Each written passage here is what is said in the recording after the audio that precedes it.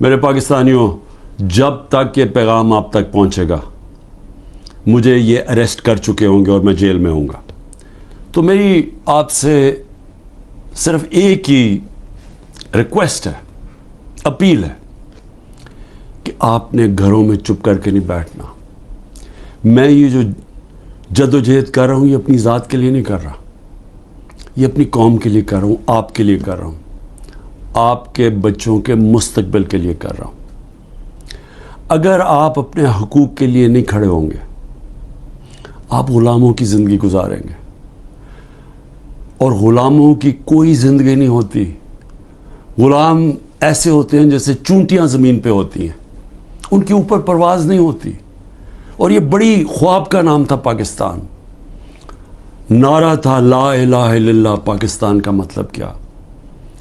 کہ ہم کوئی انسان کے سامنے نہیں جھکتے۔ لا الہ الا اللہ انسان کی غلامی سے ہمیں آزاد کرتا ہے۔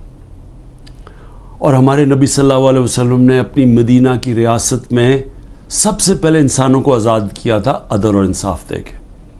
یہ ہے جنگ انصاف کی، آپ کے حقوق کی، آپ کی آزادی کی۔ اور کبھی بھی یاد رکھیں، کوئی آزادی پلیٹ میں رکھ کے نہیں دیتا۔ جس طرح میں کہتا ہوں، زنجیریں گرتی نہیں ہیں، توڑنی پڑتی ہیں۔ پرامن احتجاج آپ نے کرتے رہنا ہے جب تک کہ آپ کو آپ کا حق نہیں ملتا۔ اور وہ سب سے بڑا فنڈامنٹل رائٹ ہے، ووٹ کے ذریعے اپنی حکومت منتخب کرنا، نہ تو کسی اور کوئی قبضہ گروپ اس ملک کے اوپر قبضہ کر کے بیٹھ جائے جو آج قبضہ کر کے بیٹھا ہوا ہے۔ شکریہ۔